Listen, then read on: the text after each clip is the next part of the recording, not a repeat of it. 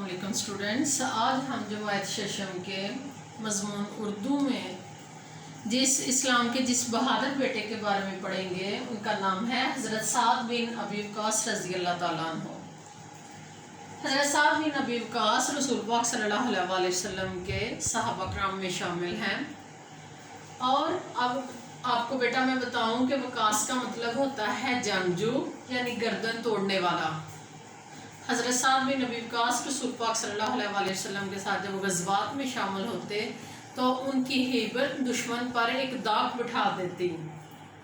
हज़रत साद बिन अबी वक़ास के अगर कबीले का हम जायज़ा लें तो वो कबीला कुरैश के एक मुअज़्ज़ज़ शाख बनो ज़हरा से ताल्लुक़ रखते थे और उनकी 5वीं पुश्त रसूल पाक सल्लल्लाहु अलैहि वसल्लम के ख़ानदान से जाकर मिलती थी। हज़रत साद बिन अबी वक़ास कमान और तीर बनाने में कमाल फ़न रखते थे और ये वो फ़न था क्योंकि वो जंगों का ज़माना था और उस वक्त इस फ़न को बहुत अहमियत हासिल थी। हज़रत साद बिन अबी वक़ास का सहाबा कराम में से उन सहाबा कराम से ताल्लुक़ है जिनके बारे में कुरान पाक में अल्लाह ताला ने फरमाया अस्साबिकूनल अव्वलून, यानी दुनिया में रहते हुए जिन सहाबा कराम को जन्नत की बिशारत दी गई, हज़रत साद बिन अबी वक़ास भी उन्हीं सहाबा में से थे। रसूल पाक सल्लल्लाहु अलैहि वसल्लम जब मदीना मुनव्वरा हिजरत की तो नबूवत के 13वें साल हज़रत साद बिन अबी वक़ास ने भी मदीना मुनव्वरा हिजरत की। हिजरत करने के 2 ही साल बाद जंग बदर में हज़रत साद बिन अबी वक़ास और उनके भाई हज़रत उमैर बिन अबी वक़ास भी शामिल हुए और उन्होंने अपनी बहादुरी और शुजाअत के कारनामे सर अंजाम दिए। इसी तरह जंग उहद में जब रसूल पाक सल्लल्लाहु अलैहि वसल्लम बड़ी जांफशानी के साथ मुसलमानों के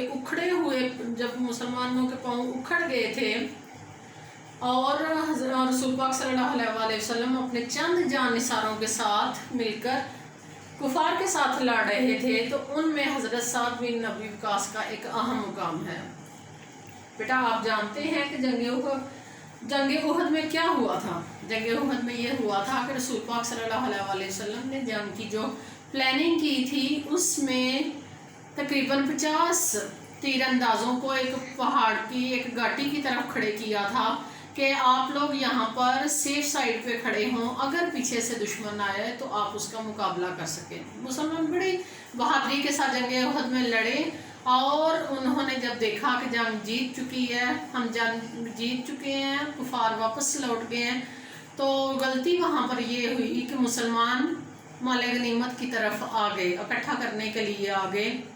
जिनकी ड्यूटी थी, घाटी के ऊपर ड्यूटी थी कि अगर उस तरफ से दूसरी तरफ से अगर कुफार आते तो उन्होंने तीरंदाजों ने तीर चलाने थे, उन्होंने भी अपनी जगह छोड़ दी।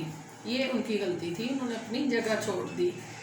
इस बात का फ़ायदा उठाया कुफार ने और वो वापस पलट कर पहाड़ की दूसरी साइड से होकर वो हमला आवर हो गए। यहाँ पर रसूल पाक सल्लल्लाहु अलैहि वसल्लम अपने चंद जानिसारों के साथ डट गए और उन पर उनका बड़ी बहादुरी के साथ जवाब दिया। अब यहाँ पर हज़रत साद बिन अबी वक़ास का किरदार ये सल्लल्लाहु अलैहि वसल्लम हज़रत साद बिन अबी वक़ास से कह रहे थे कि 7 तीर चलाओ, 7 तीर चलाओ, तीर चलाओ।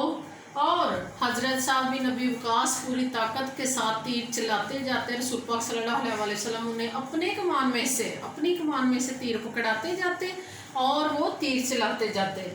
हज़रत अली मुर्तज़ा रज़ी अल्लाह तआला अन्हु का कौल है, उन्होंने फरमाया कि मैंने सुना कि रसूल पाक सल्लल्लाहु अलैहि वसल्लम हज़रत साद बिन अबी वक़ास से फरमा रहे हैं कि ऐसा तीर चला मेरे माँ बाप तुझ पर कुर्बान।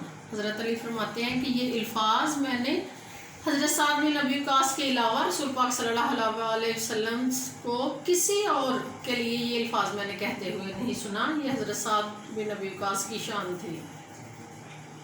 हिजरतुल विदा के मौका पर तकरीबन 1 लाख से ज़ायद मुसलमान हिजरतुल विदा में शामिल हुए, जिनमें हज़रत साद बिन अबी वक़ास को भी ये बासत नसीब हुई कि वो भी हिजरतुल विदा में रसूल पाक सल्लल्लाहु अलैहि वसल्लम के साथ हज करने के लिए शामिल हुए। जब रसूल पाक हिज्जतुल विदा के बाद जब रसूल पाक सल्लल्लाहु अलैहि वसल्लम का विसाल हुआ तो हज़रत साद बिन अबी वक़ास पर बहुत ज़्यादा रंजीदगी छा गई। दिन रात वो रसूल पाक सल्लल्लाहु अलैहि वसल्लम के लिए रोते रहते।